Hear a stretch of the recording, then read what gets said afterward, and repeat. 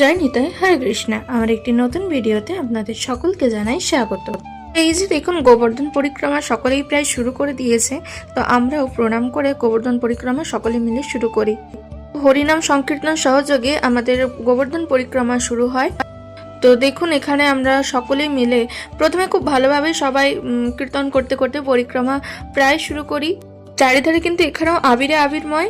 আর সাইডে এই যে মেশিনগুলো দেখতে পাচ্ছেন, এগুলি নাকি পা ম্যাসেজের মেশিন। রাধারানীর নাম নিয়ে সকলে মিলে খুব ভালোভাবে পরিক্রমা করি।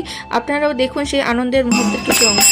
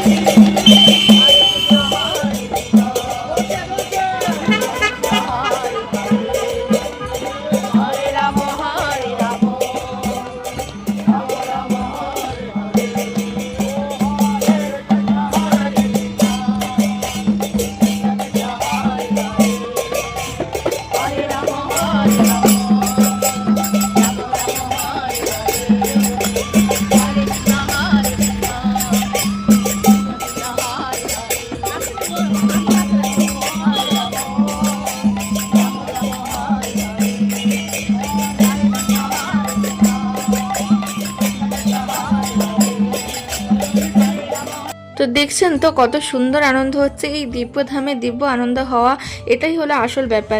আর সামনের মন্দিরটি হলো কুসুম সরোবর।